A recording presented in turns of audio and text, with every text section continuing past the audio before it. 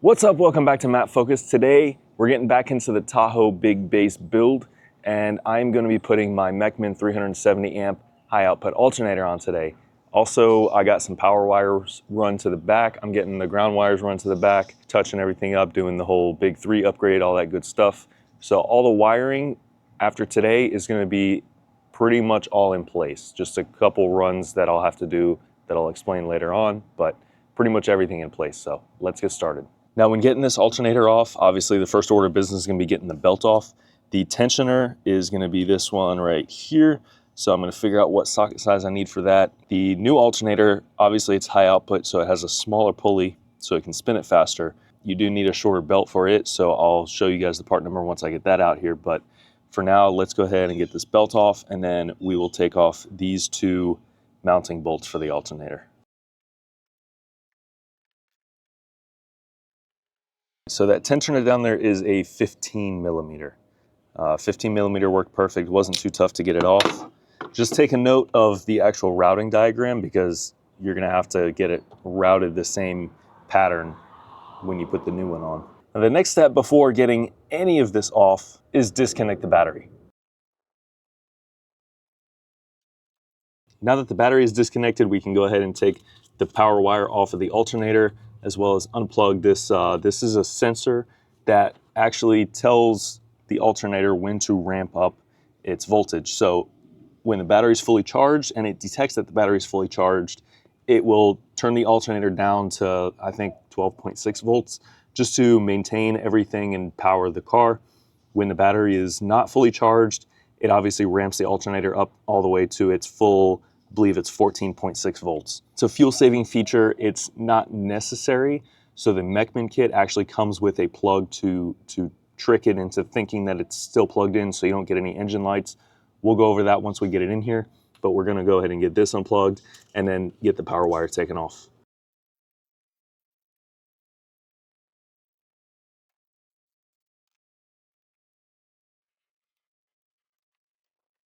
Now, because we will not be using this power wire anymore, I have gone ahead and removed it in its entirety. We're going to need a much bigger wire. This is only like a 4 gauge wire. We are using now 00 gauge. The 00 is gonna run from the new alternator over to this fused distribution block. It's gonna power this fused distribution block. 2 runs are gonna go to the back, and then 1 run is gonna go over to this battery. All right, and now that we got this harness off, we can go ahead and take off the 2 mounting bolts, and the alternator will come right out. It may be wedged in there, it may take a little bit of prying, but I'm gonna need a bigger screwdriver to pry it off, but it will come out once you pry it.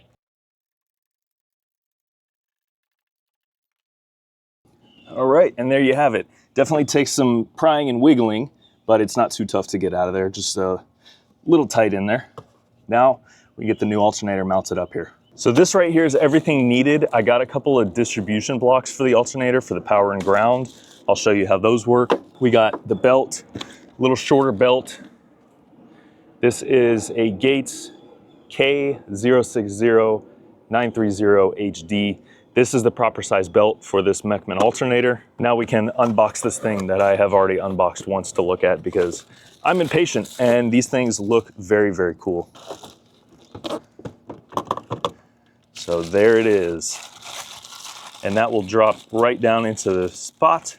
There's a couple extra steps being that it is a billet case and it's not a solid steel case.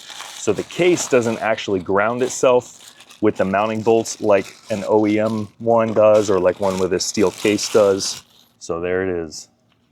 Warranty is void if alternator is overspun. See pulley ratio for guidance.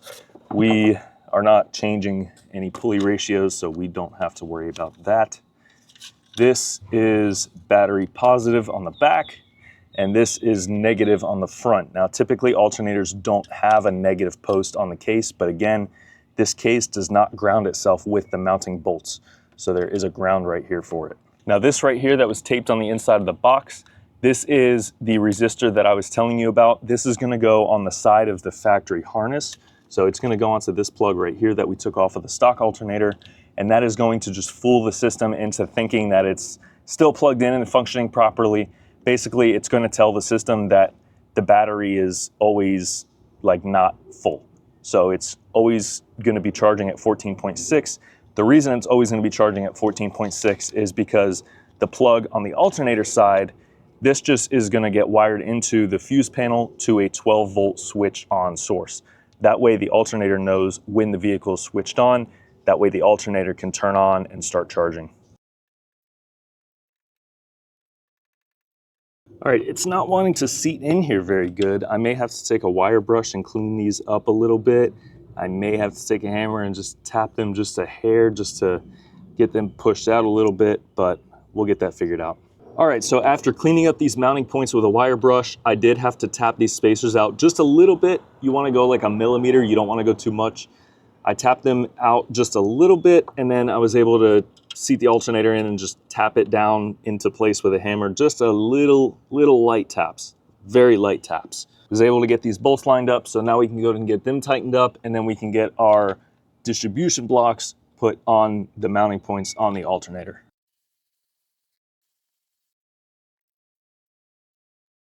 Now, because I have an audio system and I have multiple runs of everything, I did go for the 4-bolt distribution blocks. I think this is going to be overkill on the power because I'm only going to have 2 power wires coming off the alternator going to this distribution block, but that's okay. So I'm going to go ahead and get these put in place. The first one is going to go on the back here on the positive. It is going to go in here once I get that nut off, just like this. And then if this wire harness will get out of my way, I can get that nut back on there, tighten it down. I'm gonna have to probably zip tie this up out of the way so it's not touching or interfering, because the last thing I wanna do is have this cut through the shielding on this wire, whatever this is, from the factory harness, and then be touching the positive on the alternator. That would not be good.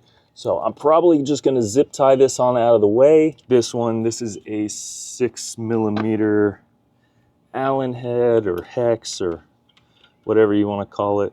All right, so this does not really want to fit. That is going to be a problem.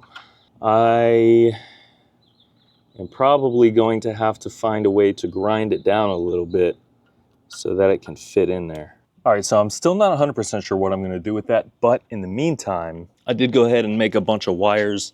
I got my 2 power wires here. I got a bunch of ground wires. I got battery to block.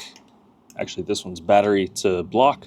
I've got block to frame, an upgrade for that, and I've got alternator case to engine block. Now, this one I had to get a little bit creative on because these lugs are huge and they didn't really fit. You'll see why that works in a few minutes. Hopefully I can beat the rain a little bit. It's starting to thunder and lightning and rain, but in true Florida man fashion, I will stay out here and work.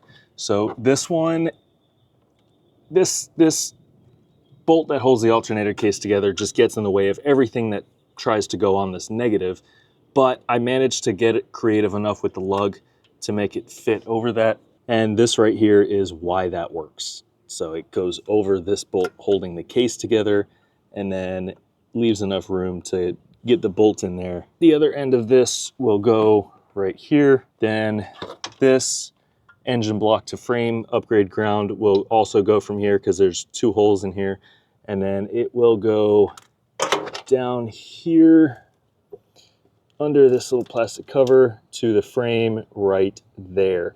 There is I think it was a 13mm in there. So it's right here, right behind the shock, or I should say the strut tower. So right behind it, down on the frame. I cleaned it up a little bit with a wire brush, but it was already like bare metal. So just cleaned off some of the dirt with a wire brush. Now these bolts that I'm using for this, I had laying around the house in my random hardware drawer. They are M6 by 1.0 bolts that go into these 2 factory holes on the alternator, like the big old bracket that the alternator bolts to. So these are the M6 by 1, they go in perfectly, and they'll be perfect for these ground wires.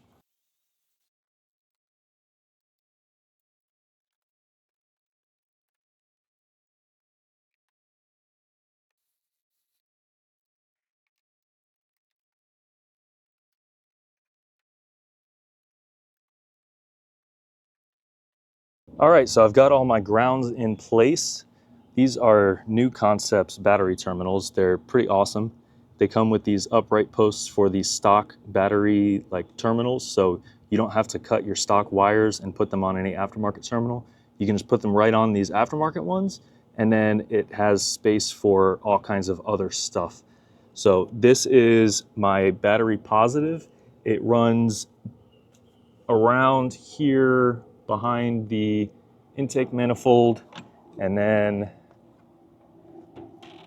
so it's going, this is a little better view from here, around behind the intake manifold, down this factory harness, and then it comes right here to this fused distribution block. I'm gonna have to put a fuse in here. Now similarly with the grounds, I have my stock ground here. I left it on, didn't take it off. However, I added the one to this side of the New Concepts terminal, put it down, kind of following the factory wire, and you'll see it comes out right here on the front of the block, and it goes into that stud. Again, I left the factory one on, just upgraded it with this 00 wire. I also got the grounds here. I'm not super worried about this. It's only temporary and it's gonna work for now until I figure out what I'm gonna do with this distribution block. I guess I'm gonna have to grind it down a little bit so it'll fit on there. Got this one around to the bracket here, and then I got this one down to the frame where I had pointed out earlier. Now I'm gonna get these two power wires run from the positive on the alternator down to the fused distribution block, put a fuse in there.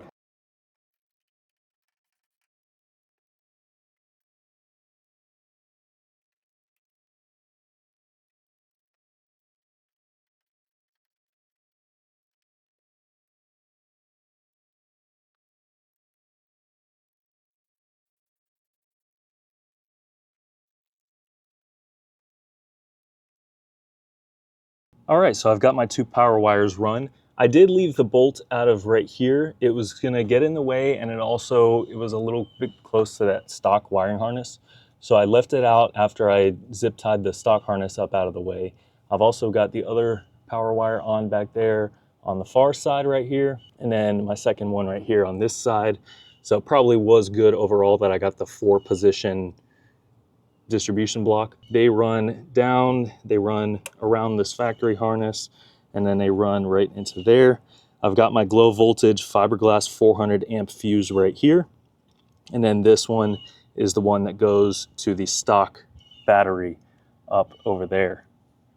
These other two are not fused. They run to the back. Once I get the amp rack in with the battery back there, then I can go ahead and put the two fuses in here. Those are also going to be both glow voltage 400 amp fiberglass fuses. There's a big misconception with fusing. A lot of people think, oh, I have a 1000 watt amp, I need a 100 amp fuse.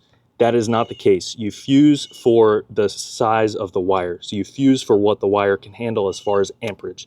Since I'm using 00 wire in general, as a general rule, can handle 400 amps safely before it starts overheating, melting, starting fires. So I'm using a 400 amp fuse to protect that wire. The fuse is to protect the wire. If the wire were to break somewhere along the line from the battery to here, then it can spark and over amperage, have too much amperage in the wire, and it can start fires, etc., or short things out, whatever. So you fuse to protect the wire. Once these are fused, there will be a fuse here to protect the wire here, and then it's also going to a distribution block in the back. So these wires are going to be fused on both ends since they're the long runs that go under the vehicle. If it breaks somewhere under the vehicle, it could blow a fuse on either end, and it would save the wire and save the vehicle from catching fire. All right, we are almost done here. I got this wire extended. I got that soldered together. I got some heat shrink here for this solder that goes into this fuse tap. I gotta use my test light here and figure out which one is a key on fuse. I'm gonna have to reconnect my battery for that. Now the trick to soldering this is you want to start from under the wire and hold your solder on top of the wire so you're on opposite sides. from your soldering iron. Now I have a crappy little soldering iron, so it's pretty tough, but you want to start on one side with the soldering iron. I have to use this little hole where all the heat comes out, and then you put your solder on top and you go from the top. The wire heats up a lot, and then you just push the solder through the wire into the soldering iron basically, and that gets it through the entire wire, and it fuses these wires together.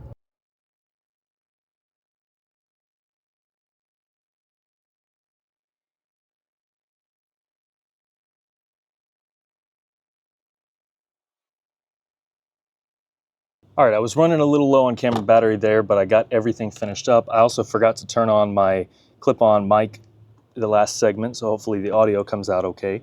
But I got this, I found a key-on fuse, this 15 amp right here. I got another 15 amp on my little splitter here on my fuse tap.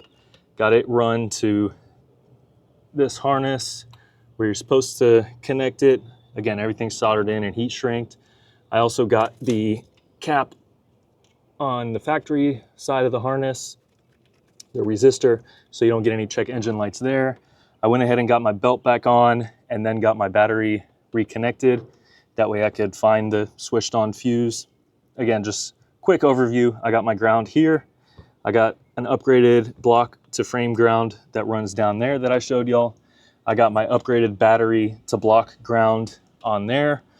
And then I got my upgraded battery wire here going to the fused distribution block there, which has a couple runs going to the positive on the alternator. Everything cleaned up, buttoned up.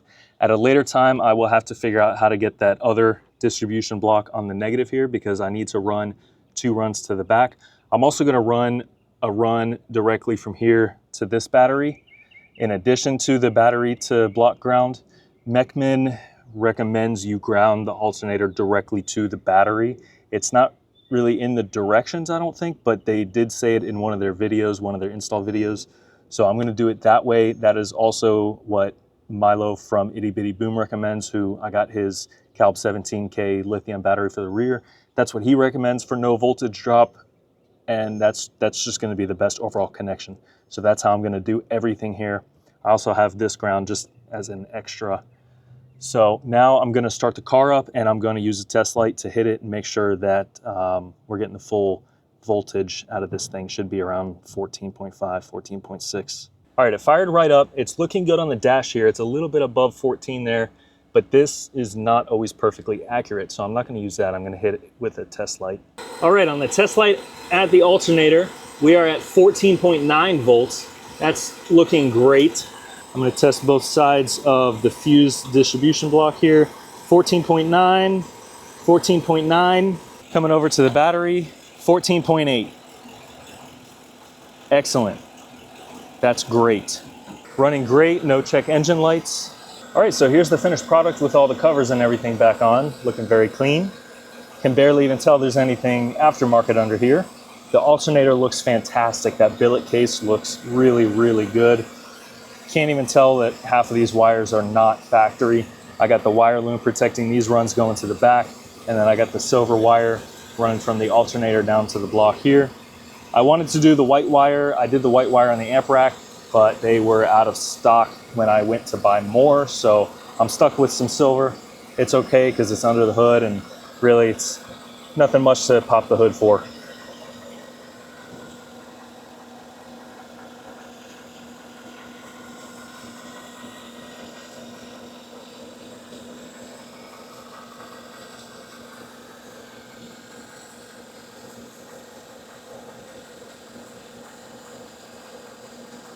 I'm a mess. It's time to go inside and clean up, but hopefully this video helps you out if you're installing a high output alternator on your Tahoe or similar model, anything with the 5.3. So if it did, leave me a like, leave me a comment down below. Let me know what setup you have in your truck. Thank you guys for watching. Stay tuned for more build progress on this thing.